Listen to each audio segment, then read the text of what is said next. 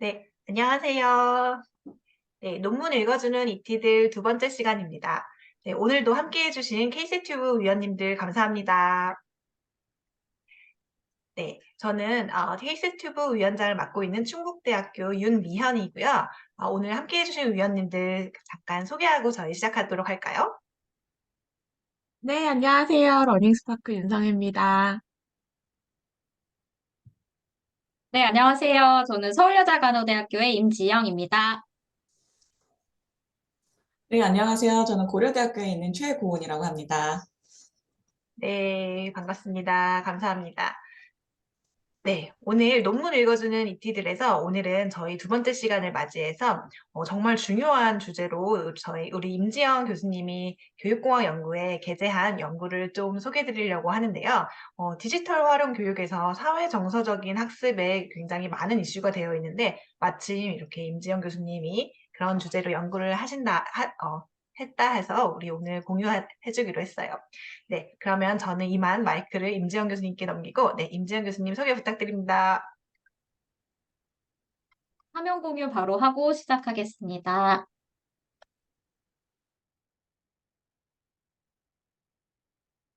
네, 혹시 화면 공유가 됐을까요?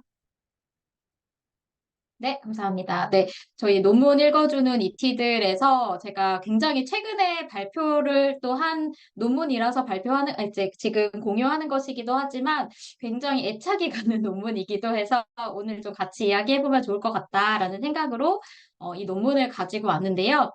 이번에 발표했다는 논문의 제목은 초등 디지털 활용 교육에서 사회 정서 학습 문제 예방을 위한 수업 및 디지털 도구 설계 원리 탐색이라는 굉장히 긴 제목을 가진 논문입니다. 그래서 여기서는 정말 다양하게 여러 가지 키워드를 이야기해 볼 거리가 굉장히 많을 것 같은데요. 너무 오랜 시간 저희 케이스 튜브 이 동영상이 너무 길어지면 약간 지루할 것 같아서 바로 이 논문에 대해서 소개를 해드리도록 할게요. 이 논문은 맞춤형 학습을 위한 디지털 리터러시 융합교육 플랫폼 개발이라고 제가 한국연구재단에서 이제 지원을 받고 있는 이 프로젝트의 일환으로 진행을 한 연구였고요.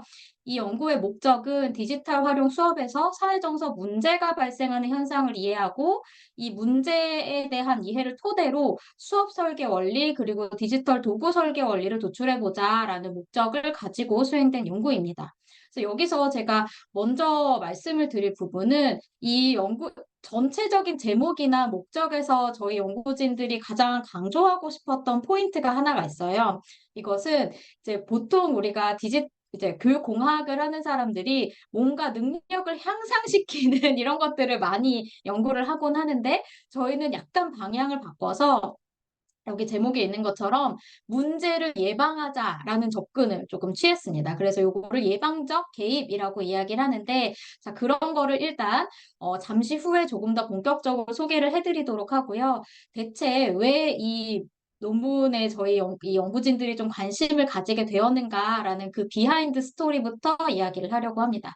뭐 사실 논문에 실려 있는 내용들은 그 논문을 차근차근 읽어봤을 때 사실 가장 잘 전달이 되겠고요. 이 케이스 튜브라는 저희 콘텐츠에서는 이 논문의 글로는 미처 담지 못했던 연구자들이 굉장히 속상해하고 마음 아파했던 그런 부분부터 좀 시작을 해보려고 하는데요.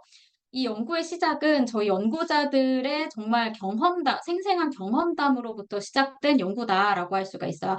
아마 그렇기 때문에 더더욱 이 논문에 더 애착이 가는 게 아닌가라는 생각도 하게 되는데요. 이제 저희 연구진이 총 3명, 지금 저희 학교에 같이 계신 그 서울여자간호대학교 김보경 교수님, 그리고 또 서강대에 계시는 김세영 교수님 이렇게 같이 셋이서 연구를 했던 건데요.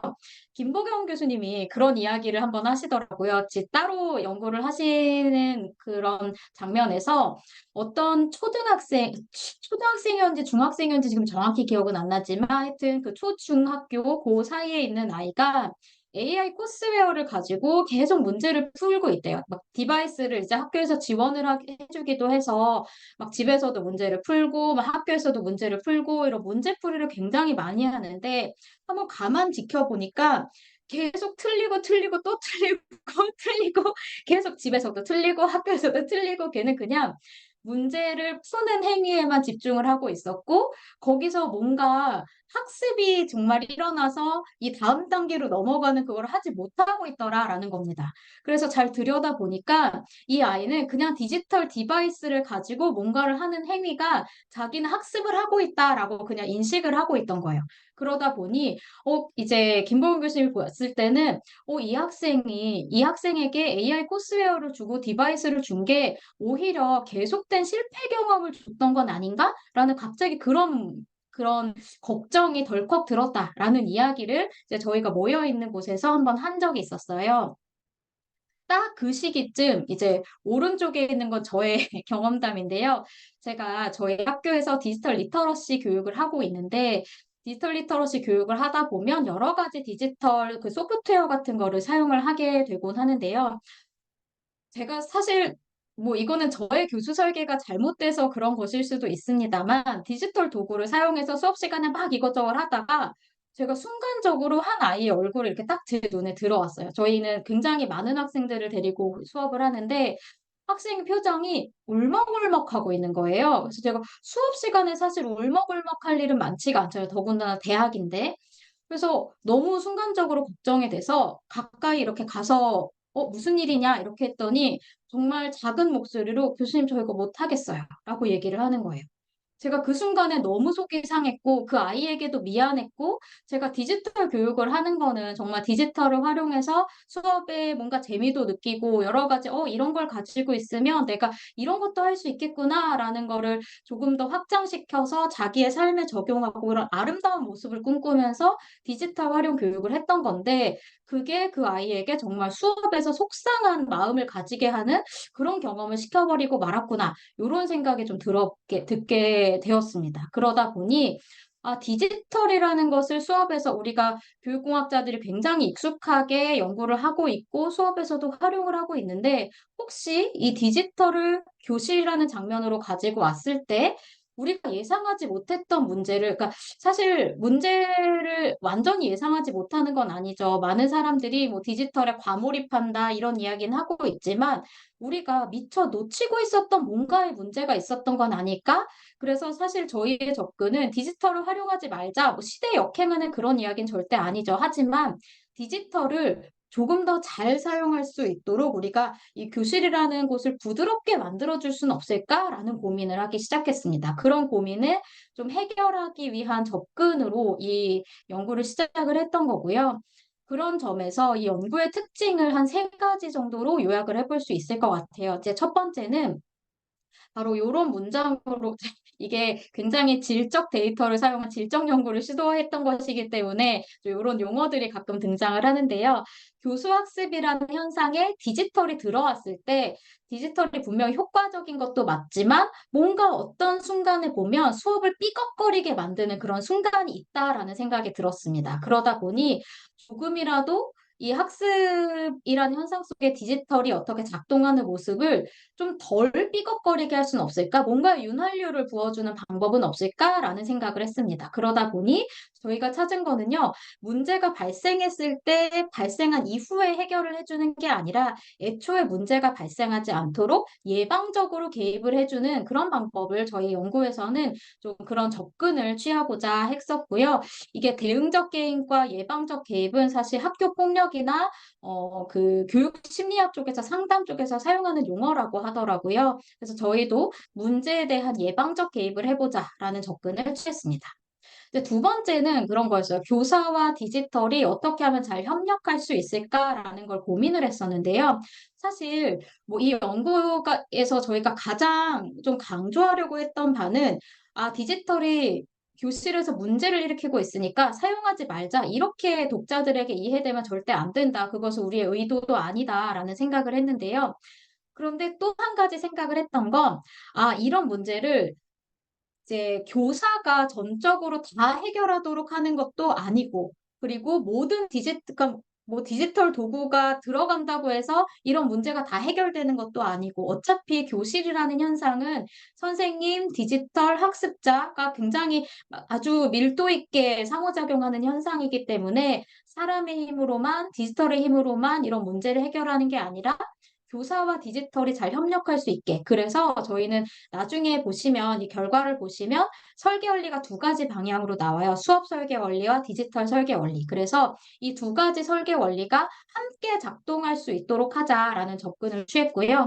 세 번째 접근은 요것이었습니다. 저희는 사실 디지털 활용 교육에 대한 여러 가지 뭐 정책 연구들이라 여러 가지 연구들을 보면 결국에 디지털의 뭐 네트워크가 잘 해결되어야 한다, 뭐 디바이스가 잘 보급되어야 한다라는 기술적 제언, 정책적 제언 이런 것으로 사실 마무리되곤 하는데 그런 거에서 조금 더 우리가 이 시각을 정말 그 교실 안에 있는 사람들 하나하나에 맞춰서 그 사람들의 문제를 좀 해결해주고 싶다라는 생각을 했습니다. 그러다 보니 여러 가지 문제를 발견할 수 있는데요. 그 문제 중에서도 사회정서 학습이라는 최근에 굉장히 관심을 많이 받고 있는 인지적인 측면이 더 많이 발달할 수 있도록 도와주는 사회정서적 측면에서 문제를 이해하고 해결하자.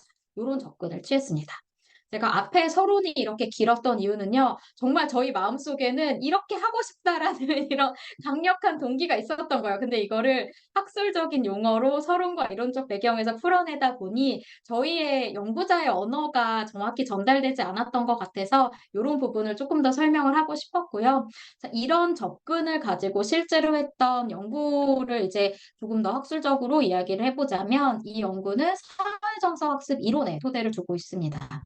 사실 사회정서 학습이라는 것은 뭐 교육 심리학, 교육 공학, 뭐 교육 뭐 여러 가지 분야에서 굉장히 많이 정의가 되고 있기 때문에 단 하나의 정의를 저희가 내리기는 사실 어려웠어요. 여러 가지 정의가 존재하기 때문에 저희가 가장 많이 참고했던 연구는 요 카셀이라는 곳에서 학습자가 자신의 강점과 약점을 깨닫고 자신의 정서를 적절하게 표현하며 사회 구성원으로서 책임 있는 의사결정을 내릴 수 있도록 하는 사회정서적 지식, 기술, 태도를 습득하고 적용하는 과정이라는 측면에 저희는 초점을 맞추기 시작을 했습니다. 사실 이 사회정서는 뭐 교수학습뿐만이 아니라 다른 곳에서도 많이 강조가 되고 있지만 최근에 사회정서 학습과 테크놀로지를 연결하려는 여러 가지 접근들을 보면요. 일반적으로는 교수학습 안에 사회정서 학습을 통합해서 교과 수업에서 우리가 뭐 여러 가지 인지적인 측면의 내용을 가르치는 그 여러 가지 활동 속에서 사회정서까지, 역량까지도 향상될 수 있는 그런 접근을 사실 많이 취하고 있는데 저희 연구는 이제 방향을 약간 틀었던 거죠. 어떤 수업을 진행하면서 그 수업을 다 참여하고 나면 사회정서 학습 능력이 높아지는 게 아니라 그 수업에서 발생할 뻔했던 사회정서 학습 문제가 발생하지 않도록 하자라는 접근을 약간 관점을 바꿔서 취했던 거고요. 그래서 이 연구의 접근은 사회정서 학습 문제가 발생하는 현상을 포착하고 그 현상이 일어나지 않도록 예방하는 접근을 취했다라고 정리할 수 있습니다. 왜 자꾸 이런 예방에 대한 이야기를 자꾸 하냐면요. 사실 사회정서 학습에 대한 연구를 대부분 보면 문제에 그렇게 초점을 맞추기보다는 보통 함양에 초점을 맞추고 있기 때문에 저희 연구의 성격을 자꾸 강조를 제가 하려고 하는 부분이고요. 연구 방법은 일단 설계개발 연구의 방법을 이제 취했는데요. 보통 설계개발 연구라 함은 문헌 분석과 뭐 인터뷰 이런 것들을 통해서 실증적인 기초 자료를 확보하고 설계 원리를 도출하고 내적 타당화, 외적 타당화라는 이런 절차를 거치는 보통은 그런 일반적인 절차를 가지는데 저희는 약간 다른 점이 있었습니다. 이 다른 점이 뭐냐면요. 교사 인터뷰를 굉장히 저희의 산출물로 이렇게 별도로 정의를 하고 있어요. 왜냐하면 사실 설계 원리를 도출하려고 하면 관련된 선행 문헌이 굉장히 많아야 하는데 디지털 활용 교실에서 사회정서 학습 문제가 무엇이 일어나고 있는가라는 걸 제대로 좀 기술적으로 보여주고 있는 선행 연구가 그리 많지 않은 상황이었습니다. 그러다 보니 뭐 많은 연구가 자신의 연구 문제에 맞춰서 방법을 선택을 하는 것이겠지만 저희 연구에서는 그렇게 문헌에서 얻을 수 있는 자료가 아주 충분하지 않다면 교사 대상의 인터뷰를 좀 깊이 있게 해볼 필요가 있겠다라고 해서 실제 현장에 계신 선생님들의 인터뷰를 상당히 많이 했고요. 그래서 제가 여기 계시는 박사님들께 저희 계재료를 참 많이 냈어요라고 이야기도 했었는데요. 그러다 보니 이 인터뷰에 대한 결과가 연구에 상당히 많은 부분으로 들어가게 됩니다. 그래서 인터뷰 분석 결과를 바탕으로 설계원리 초안을 만들고 전문가 검토를 받아서 최종안을 도출하는 그런 과정을 거쳤고요. 여기서 한 가지 강조할 점은, 또 하나 강조할 점은 선생님들의 인터뷰를 하면서 저희가 좀 고려했던, 대상 선정에서 고려했던 점이 하나가 더 있었어요. 사실 이제 이 인터뷰 하실 선생님들을 모집을 하다 보면 굉장히 디지털 활용 교육에 관심이 많은 선생님들이 보통 모집되기 마련인데요. 저희는 처음에는 사실 이 디지털 활용 교육에 관심도 많고 많이 실제로 하고 계신 선생님들이 모집이 되었는데 가만 이야기를 듣다 보니 사회정서 학습 문제를 정말 깊이 있게 보려면 이런 여러 가지 디지털 활용 수준이 좀 다양한 분들이 모일 필요가 있겠다라는 생각을 하게 됐습니다. 그래서 총 5분을 인터뷰를 했는데 5분의 디지털 활용 교육의 수준이 가능한 다양하게 선정하려고 했던 것도 저희 연구의 좀 특징이다라고 할 수가 있고요. 그래서 연구 결과를 말씀드리자 보면 아마 이 논문을 보시는 분들은 읽다가 한숨이 나오실 수 있어요. 굉장히 길어서요. 그래서 제가 이 표에 나타난 여러 가지 그 결과를 다 말씀드리기보단 이 중에 가장 기억에 남았던 몇 가지를 선생님들이 실제로 하셨던 그 워딩 표현과 함께 말씀을 드리려고 하는데요. 일단 처음에 선생님들께 디지털 활용 수업을 보통 언제 하려고 하세요? 왜 하려고 하세요? 하다 보면 무슨 문제를 느끼셨어요? 라는 전반적인 질문에 대해 이런 얘기를 해주시더라고요. 그런데 이제 처음 선생님들이 하시는 말씀이 수업에서 디지털 도구를 선택할 때 저는 일단 활동을 뭐를 할지를 생각을 해보고 그 활동을 좀 재미있게 할 수 있거나 효율적으로 할 수 있는 디지털 도구를 선택해요라고 대부분 말씀을 해주시더라고요. 근데 이게 나중에 여러 가지 문제를 좀 일으키게 되는 요인이 됩니다. 왜냐하면 이 활동에 수업 나중에 디지털 도구가 생각보다 효율적이지 않더라고요. 혹은 이 활동을 하는데 디지털 도구가 너무 흥미로워서 도구만 사용하고 아이들이 수업에 집중을 안 하더라고요. 라는 문제를 일으키게 되거든요. 그래서 나중에 저희가 요거를 설계 원리 도출하는 데 좀 연결을 했었고요. 디지털 도구 활용 수업에서 느낀 한계점이라고 이야기를 하면 뭐 여기 있는 3가지는 이 코드만 보더라도 다들 상상하실 수 있을 텐데 저희가 놀랐던 건 약간 이런 거였어요. 디지털 도구를 활용하니까 그 요즘에 그 미리 캔버스나 막 이런 것들을 많이 이용을 하잖아요. 그러다 보니 아이들이 진짜 없는 데서 새 거를 만드는 걸 못해요 라고 이야기하시는 선생님들도 계셨고 너무 디지털이 다 해주다 보니까 오히려 복잡한 거는 안 하려고 해요 라는 문제점을 느끼고 계신 선생님들이 있었어요. 근데 사실은 디지털 도구가 창작 경험을 도와주는 것도 있고 고차원적 사고에 적합한 것도 있는데 저희가 발견했던 문제는 왜 선생님들은 그렇게 디지털 도구가 다양한데 이것들이 오히려 고차원적 사고나 창작 경험에 방해가 된다고 인식하실까? 이런 부분도 저희가 좀 답답이라고 할까요? 약간의 한계점을 느꼈던 부분입니다. 그런데 사실 부정적 사회정서 학습 경험만 하고 계시진 않더라고요. 저희가 오히려 예상하지 못했던 사실 디지털 활용을 하면 얼마나 좋은지 몰라요 라고 디지털 활용 수준이 낮은 선생님들까지도 이런 말씀을 하시더라고요. 아이들이 그림 못 그렸던 아이들이 그림 그릴 수 있게 됐잖아요.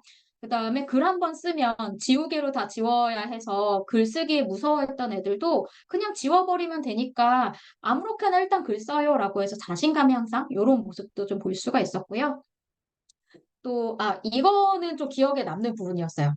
이 개인 활동 몰입에서 이어지는 사회적 인식 부족, 이게 어떤 현상으로 나오냐면 어떤 선생님이 그런 말씀을 중간에 하시더라고요. 그 AI 디지털 도구 이런 걸 많이 사용을 하다 보니까 예전에는 옆에 있는 친구가 뭘 못하고 있으면 도와줬대요. 야, 이거 이렇게 하는 거야 라고 도와줬었는데 이제는 자기만 로그인하고 나면 바로 자기 거에 몰입을 하다 보니까 옆에 있는 친구가 뭔가 어려움을 겪고 있어도 도와줄 생각을 안 한다. 그리고 걔도 그냥 자기 거 문제를 해결하고 있느라 옆에 친구한테 도와달라는 말도 안 하고 선생님한테 도와달라는 말도 안 한다. 그래서 오히려 디지털 활용을 하니까 상호작용 더 많이 할 것 같은데 안 한다. 이런 이야기를 또 하는 선생님도 계셨습니다. 또 이 부정적 사회정서 학습 경험이 미치는 영향은 한 번 디지털 활용 활동에 두려움이나 문제를 겪었던 학생들에게 그 다음 수업에서 또 하려고 하면 이런 얘기를 한대요. 선생님 이거 꼭 해야 돼요? 라는 이야기를 한다는 겁니다. 그런데 이게 전파가 되는 거죠. 이 전파를 심지어 선생님들 어떻게 얘기했냐면 개구리들이 공명하듯이 교실 내로 쫙 퍼져나가고 있어요라고 얘기를 하셔서 아, 이거를 반드시 해결을 해야만 이 디지털 활용 교실이 덜 삐걱거리겠구나라는 생각을 했었고요. 또 사회정서 학습 문제가 일어나는 원인이 기술적, 학습자 측면, 교사 측면 여러 가지가 있었는데 또 기억에 남는 건 요거였어요. 이게 아까 처음에 말씀드렸던 거랑 좀 연결이 되는 부분인데요. 이 수업에서 달성해야 하는 목표가 뭐 이해 수준인가, 기억의 수준인가, 그다음에 뭐 적용의 수준인가 이것보다 수업 활동을 재미있게 효율적으로 하려는 건 뭐지? 라고 고민을 하시다 보니 이제 여러 가지 문제가 생기더라라는 말씀을 하시는 분들도 계셨습니다. 그래서 나중에 이게 정말 길죠? 제가 이거를 네, 계제료를 참 많이 냈던 논문을 이렇게 줄이려니까 점점 길어지는데요. 어쨌든 여러 가지 뭐 사회정상학습 문제에 대한 전반적 인식이라던가 예방 및 해결 전략 이런 것까지도 도출을 했는데 마지막 표에서 좀 강조를 하고 싶은 부분이 하나가 있었어요. 이 마지막 표가 사회정서 학습 문제 및 예방 및 해결을 위해서 교사들은 무슨 일을 하고 있는가라고 처음에는 이 범주명을 붙였다가 나중에 이 범주명을 디지털 활용 수준이 높은 교사에라고 이야기를 했습니다. 이게 왜냐면요. 이게 사실 인터뷰에 참여해주신 선생님들을 마치 비난하는 것처럼 느껴질까 봐 좀 조심스럽긴 부분이긴 하지만 절대 그런 의도는 아니고요. 사회정서 학습 문제가 생겼다라고 했을 때 그걸 해결할 수 있는 선생님 혹은 어떤 사회정서 학습 문제가 생길 수 있으니까 저는 사실 이런 예방 전략을 미리 해요라고 이야기하는 선생님들은 디지털 활용 수준이 다 높은 선생님들이었어요. 그러다 보니 모든 선생님들이 이런 전략을 사용할 수 있는 건 아니더라라는 이야기를 저희가 하고 싶었기 때문에 범주명을 디지털 활용 수준이 높은 교사다라고 좀 붙인 부분도 있었습니다. 그런데 이런 선생님들이 정말 한 땀 한 땀 인간의 힘을 빌어서 해결을 하고 계시더라고요. 단계별로 하나하나 한 화면에서 뭐를 눌러야 되는지 다 정말 쪼개고 쪼개서 실습을 하시다 보니 이제 학생들이 이제 그래서야 잘 따라오더라라고 한 선생님도 계셨고 여러 가지 문제 상황이 생길 수 있으니 미리 이런 점은 조심하라라고 예방 교육을 또 미리 학기 초에 해주시는 선생님들도 계시더라고요. 그리고 저희가 가장 마음이 아팠던 부분은 이 부분이었습니다. 선생님들이 그 수업 시간 내내 집중을 놓을 수가 없대요. 왜냐하면 누가 무슨 문제를 겪고 있는지는 선생님의 눈으로밖에 발견을 할 수 없기 때문에 계속해서 신경을 곤두세우고 발견을 하기 위해 노력을 하고 있더라라는 부분이 저희 사회정서학습 문제 해결을 위한 선생님들의 전략이었습니다. 이런 것들을 바탕으로 실제로 저희가 도출한 수업 및 디지털 도구 설계 원리가 바로 이 부분이고요. 여기가 연구 결과 2에 해당이 되고 왼쪽이 그래서 수업 설계 원리, 즉 선생님들이 실제로 수업 시간에 수업을 설계하고 또 실행할 때 고려해야 할 사항을 9가지로 정리를 해놨고요. 또 오른쪽은 학습자 지원 도구, 교수자 지원 도구로 두 가지를 나눠서 디지털 도구는 이렇게 설계되어야 한다. 이런 기능이 있어야 한다라는 측면을 이렇게 정리를 해놨습니다. 사실 이런 것들을 제가 말씀을 드릴 부분은요. 이걸 아마 읽어보시면 처음 보는 거는 아무것도 없을 거예요. 아마도 다들, 그래, 이거 수업에서 당연히 해야 되는 거지. 이런 보통 디지털 도구를 설계할 때, 그 교수학습용 디지털 도구를 설계할 때는 이런 거 당연히 고려해야 하는 거지라고 많이들 생각을 하시겠지만 의외로 실제로 디지털 활용 수업을 설계를 할 때, 그리고 디지털 도구를 설계할 때, 이 도구의 특징은 무엇인가라고 하는 강점을 위주로 설계를 하게 되지, 보통은 수업 시간에 이런 문제가 있을 수 있으니 기본적으로 이런 기능은 깔고 가자라고 하는 거는 놓치기 쉬운 것 같아요. 수업 설계를 할 때도 마찬가지고요. 그래서 여기서 나와 있는 수업 설계 원리들은 새로워서 좋은 게 아니라 정말 중요하지만 놓치기 쉬운 부분을 다시 한번 점검할 수 있도록 몰아놓자라는 의도로 이렇게 설계 원리를 도출해 놓은 것이다라고 생각하시면 좋을 것 같습니다. 제가 너무 길어지고 있는 것 같아서요. 이 논문의 시사점으로 바로 넘어가 보자면 이 논문에서는 이 세상에 없던 새로운 것을 펼쳐놓은 그런 논문은 아니었지만 저희는 사실 저희 연구자들 이 세 명의 공동 연구진들의 특징이 좀 이래요. 우리가 지금까지 꼭 고려했어야 됐는데 놓친 거는 없었을까라는 거를 계속해서 점검을 하는 이런 성격인 연구진들이 좀 모여 있기도 했기 때문에 디지털 활용 교육이 이루어지는 교실 현상을 우리는 디지털 도구를 뭐를 해줘야 되지, 학생들은 뭐를 해야 되지라고 좀 쪼개서 보는 경향이 있었는데, 이 교수학습 도구로서의 디지털 이런 것들을 분리하지 않고 하나의 장 속에서 모두가 상호작용하면서 여러 가지 작동하는 그런 기제로 보자라고 하는 좀 통합적인 관점을 이 연구를 통해서 다시 한번 보고자 하였고요. 여기 두 번째는 디지털 활용 교육을 하지 말자라는 접근은 절대로 아닙니다. 그래서 지금 너무나도 많은 분들이 잘 하고 계시는 디지털 활용 교육을 더 잘하기 위해서는 어떤 부분을 보완적으로 고려해야 할까라는 그런 설계 원리를 제공을 하려고 했습니다. 그래서 여기 마지막 부분을 보시면 사회정서 학습 문제를 예방한다고 해서 그게 사회정서 학습 역량을 높이지도 않고 이 사회정서 학습 문제 예방 설계 원리를 적용한다고 해서 이 어떤 수업 내용을 더 잘 이해하게 되지는 않을 거라고 저희도 생각을 하고 있어요. 하지만 기존에 설계하고 있었던, 실행해 오고 있었던 디지털 활용 교육이 처음 말씀드렸던 것처럼 덜 삐걱거리고 원래 하려고 했던 것을 더 잘하기 위해서는 기본적으로 무엇을 우리가 안전장치로 마련해 주어야 하는가라고 하는 그런 바탕을 마련하기 위한 논문이었다. 이렇게 생각해 주시면 좋을 것 같습니다. 제가 너무 몰입해서 얘기하느라 길어진 것 같은데요. 일단 저희 논문에 대한 이야기는 이것으로 마무리하도록 하겠습니다. 열심히 들어주셔서 감사합니다. 제가 공유 중지를 하고 또 박사님들께 여러 가지 또 여쭤보도록 할게요. 아, 네. 몰입해서 이야기하셔서 너무 계속 막 길어진다고 말씀하셨는데, 몰입해서 듣느라고 길어진지도 모르고 너무 재밌게 들었어요. 그래서, 정말 무슨 논문을 이렇게 듣는데, 이야기 보따리에서 이렇게 이야기 풀어주시는 것처럼 너무 재밌게 들었습니다. 이거 처음에, 아, 우리 박사님들 같이 우리 느낀 점, 그리고 혹시 궁금한 점 있으면 이야기하면서 한번 이야기 나눠보도록 할까요? 우선 저부터 이야기 드리면, 저는 처음에 이 연구자들이 이제 이 연구를 하기 위한 필요성에 대해서 이제 개인의 그런 경험에 대해서 이야기를 하는데, 정말 공감이 되기도 하면서, 울어버린 아이 이야기를 들으면서 정말 저도 막 울컥하는 그런 감정이 들더라고요. 그래서 옛날에, 교직 수업 들을 때, 칼 로저스의 인본주의 관점을 들으면서 막 저거는 착한 연구자야 막 이렇게 했었는데 정말 착한 연구에 대한 이런 이야기 보따리를 들은 것 같아서 정말 너무 감명 깊게 그렇게 들었습니다. 네, 저는 이야기 들으면서 너무 재밌게 잘 들었고요. 그게 가장 중요한 부분인 것 같고요. 조금 궁금한 점이 있다면 이제 디지털 도구를 활용하는 교육 장면에서 학습자들의 사회 정서 문제를 어떻게 다뤄야 할지에 대한 그런 관점으로 이야기 많이 해주셨어요. 근데 제가 이게 좀 드는 생각은 이거는 이 논문의 이런 뭐 범위나 혹은 뭐 고려 사항은 아닐 수도 있을 것 같아서 조금 조심스럽지만 이미 이제 디지털 활용 능력이 높고 낮은 교사들 분들께 인터뷰를 했다는 것 자체가 디지털 도구를 이제 활용하고자 하는 의지를 가진 어떤 한 단계를 뛰어넘은 교사분들이실 것 같은데 혹시 이런 디지털 도구에 대해서 아예 접근이 조금 부담이 있거나 아니면 디지털 도구를 활용하는 데 있어서 좀 이렇게 교수 효능감이 좀 낮을 수 있는 그런 교사분들을 위한 연구는 어떤 식으로 진행돼야 하는지 혹은 그런 연구 계획이 있으신지 조금 궁금합니다.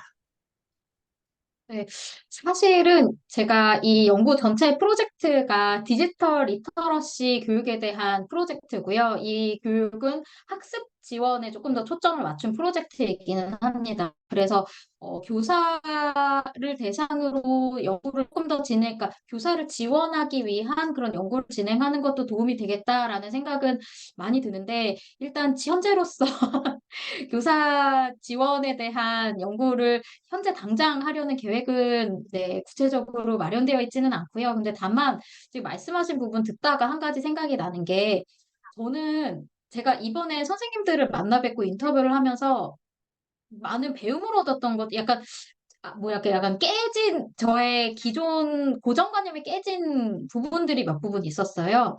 이게 나름대로 디지털 활용 교육에 대한 효능감이나 아니면 실제로 활용 수준이 낮은 선생님들을 최대한 모집을 하려고 노력을 했었는데 그 선생님들이 오셔서 어차피 디지털 활용은 이제 해야 되는 거잖아요.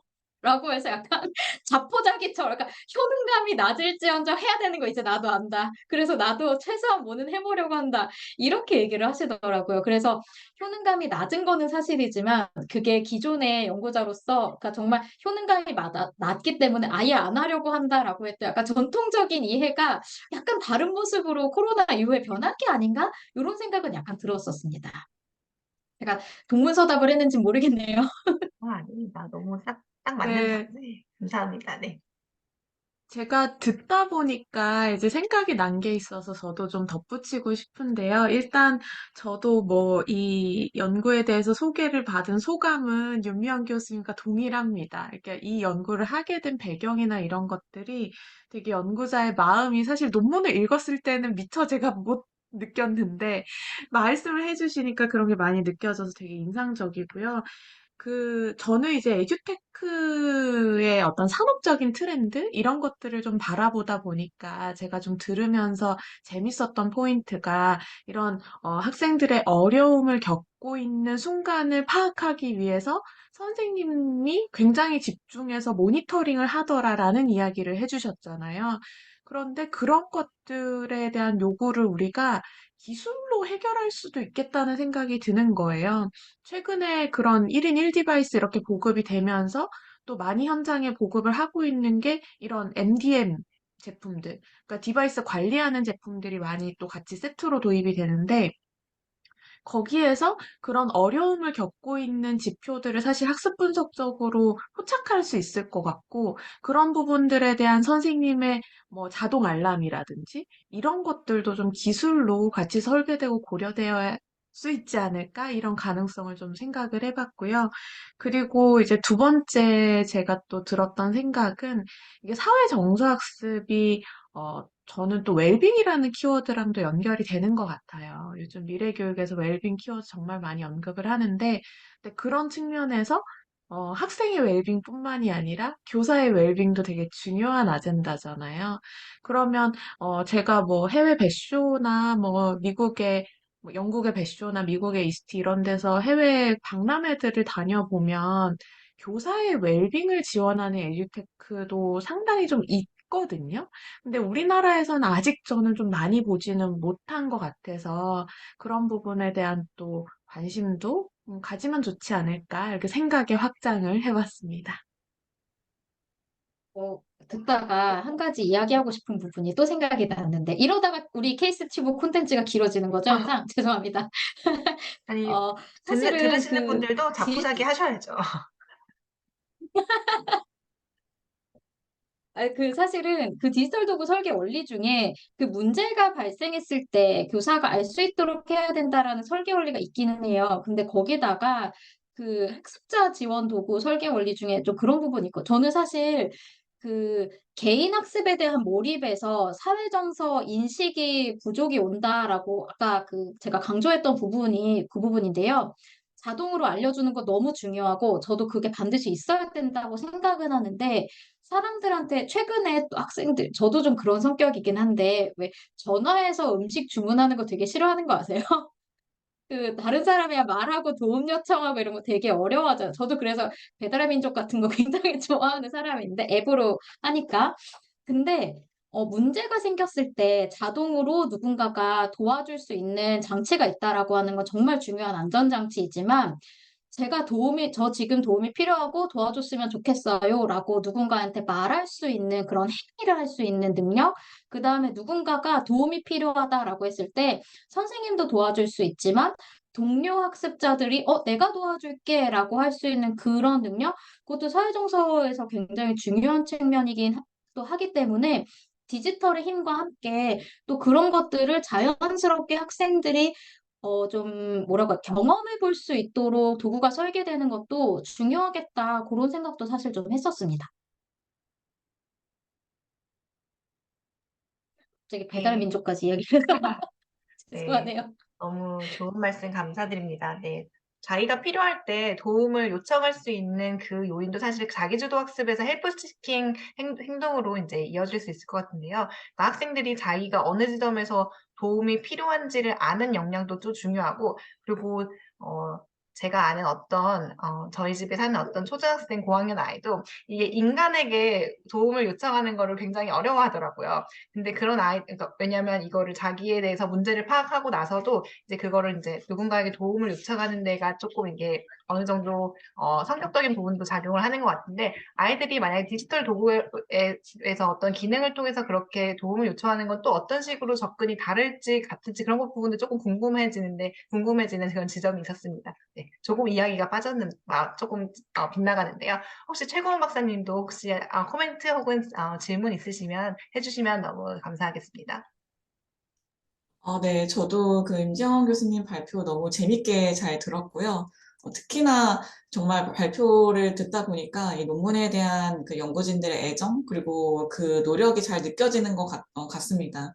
그래서 보면서 이제 그만큼 한국교육공학회 계재료의 측면에서도 많은 기여를 하셨다고 얘기하셨는데, 정말 이게 그 두 편의 논문이 될 정도의 그런 내용이 정말 이렇게 알차게 한 편으로 들어가 있는 것이 아닌가, 이런 생각이 좀, 저도 이제 연구자 입장에서 그런 생각이 많이 들었고요. 특히 이제 이 연구 문제 자체가 현장에서 이제 기반을 해서 시작이 되었기 때문에 더욱더 이렇게 의미가 있는 연구라고 느껴졌던 것 같아요. 그래서 저도 이제 그 발표하셨던 내용을 쭉 들으면서 한 가지 이제 떠올랐던 질문 중에 하나가, 이렇게 정말 유용한 수업의 어떤 설계 원칙, 이제 디지털 도구의 여러 가지 기능적인 설계 원칙들이 도출이 되었는데, 아무래도 그렇다 하더라도 이제 초기에 학생들의 어떤 디지털 문해력 같은 그런 수준이 많이 다르기도 하고, 이제 익숙해져 있는 어떤 뭐 그 디지털 에티켓 이런 부분들도 많이 다르잖아요. 그래서 이제 교사분들이 이제 단위 수업에서 이제 이런 것들을 고려해서 수업을 운영하는 게 참 어렵겠다, 이런 생각도 많이 들었거든요. 그래서 이런 수업 설계 원칙에 반영된 교육 프로그램들이 진짜 실제 학교에서 이제 적용이 되고 운영이 된다라고 한다면 어떤 형태가 좋을까? 네, 이런 또 궁금증이 생기더라고요. 그래서 이런 부분에 대해서도 또 이 드신 부분들이 있으면 좀 공유해 주시면 좋을 것 같습니다. 네, 너무 제가 더 하고 싶었던 말인데, 그 딱 짚어주셔서 더 길게 이야기할 수 있어서 기쁘고요. 사실 이 설계 원리 자체가 저는 어떤 생각이 들었냐면, 독립적으로 이 설계 원리만 그러니까 적용되기는 어려운 연구다라는 생각은 솔직히 많이 했어요. 그러니까 이거를 한다고 해서 학습 효과가 높아지는 것도 아니고, 이 설계 원리를 적용한다고 해서 사회정서 능력이 높아지는 것도 아니고, 그래서 마치 저는 이 설계 원리가 보편적 학습 설계 원리 같은 거 있잖아요. UDL. 그런 거 같다라는 생각은 솔직히 좀 들었습니다. 전반적인 안전장치를 마련해 놓고 그 위에서 다른 것들을 더 잘할 수 있게 해주는 설계 원리. 그런 생각은 일단 첫 번째로는 굉장히 저희 연구진들이 많이 하면서 진행을 했던 부분이고요.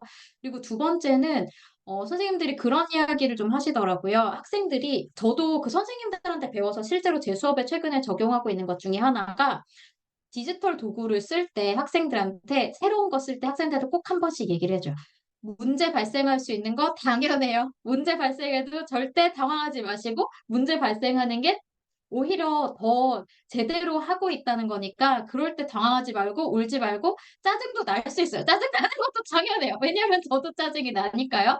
그런데 짜증이 나도 그래, 짜증이 날 수 있어 라고 생각하고, 그 다음에 안 되면 손을 듭시다 라고 이야기를 해요. 근데 이게 수업에서 이 말을 하는데 되게 오래 걸리지 않거든요. 요 말 하는데 한 30초 걸려요.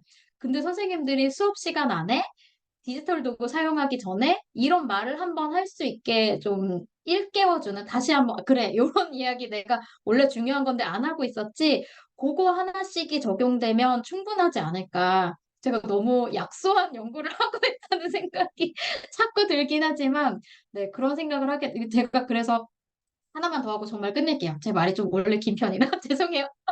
그 최근에 제가 저희 학생들한테 구글 다이얼로그 플로우 사용해서 챗봇을 만드는 방법을 동영상을 찍어서 올렸어요. 근데 동영상 찍다 보면 여기 교수님들도 많이 하셨겠지만 항상 오류가 나기 마련이잖아요. 그래서 예전에는 오류 나는 거를 다 편집해서 올렸거든요. 근데 이제 오류 나는 것까지 그냥 한꺼번에 녹화해서 올렸어요. 그러면서 오류 나는 장면에, 여러분, 저도 오류가 나잖아요. 당황하지 마시고 같이 다시 해봅시다.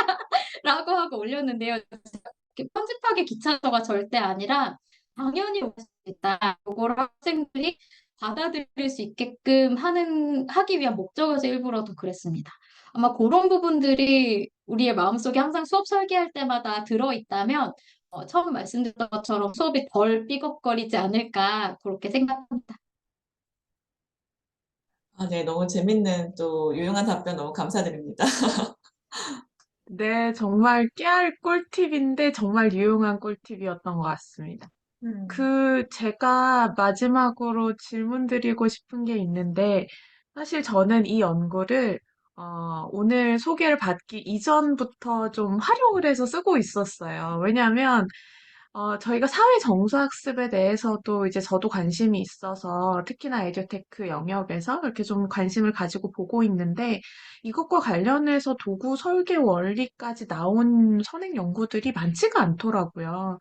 그래서 그런 게 이제 마침 필요하던 차에 또 이런 연구를 해주셔서 사실 설계 원리라고 하는 건 현재를 좀 진단할 수 있는 도구이기도 하고 앞으로의 방향성을 제안해주는 또 기능도 하잖아요. 그래서 그런 의미로 정말 유용하게 쓰고 있어서 일단 감사드린다라는 말씀을 연구진들께 드리고 싶고, 그래서 사실은 저는 이 연구 이후에 또 발전할 수 있는 부분도 굉장히 많을 거라는 생각이 들거든요. 그래서 혹시 연구진들이 이 다음에 어떤 후속 연구에 대한 계획도 가지고 계신지, 요거 좀 마지막으로 질문 드리고 싶습니다. 제가 자꾸 하고 싶었던 말을 할 수 있는 기회를 주셔서 감사하고요. 이 연구는 사실 그 디지털 리터러시 플랫폼 개발이라고 하는 한 2년짜리 그 연구재단 프로젝트 중에 이제 좀 초기에 이루어진 연구입니다. 그러다 이게 원래 디지털 리터러시를 위한 여러 가지 그 테크놀로지를 개발을 하고 싶은 마음이 있었는데요.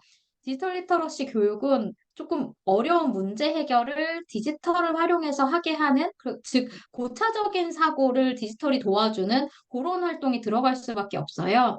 그러다 보니 그런 것들을 실제로 설계한 수업에서 고려해야 할 사항으로서 기본적으로 깔고 가는 거를 이 연구를 통해서 시작을 했던 거고요. 이제 조금 더 고차적인 사고와 관련된 디지털 도구를 이제 지금 설계해 나가고 있는 지금 과정 중에 있고, 이 수업을 실제로 교육 프로그램에 적용하거나 실험하는 데 사용할 때 이런 원리들이 작동하도록 하면 실험의 효과나 아니면 실제 교육 효과도 더 높아지지 않을까 그렇게 생각하고 있습니다. 감사합니다. 네, 감사합니다. 네, 논문이 이렇게 재밌을 일인가. 네. 네, 너무 오늘 발표해주신 임지영 교수님, 그리고 같이 이 이야기를 더 재밌게 서로 더 깊게 이야기 나눌 수 있게 해주신 윤성혜 박사님, 그리고 최고원 박사님 모두 다 감사드립니다. 네.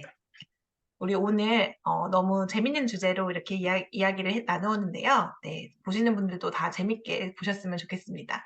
네, 저희 오늘의 논문 읽어주는 이티들 두 번째 시간은 그럼 여기서 마무리 짓도록 하겠습니다. 네, 오늘 너무 좋은 시간 감사드리고요. 네, 그럼 안녕히 계십시오.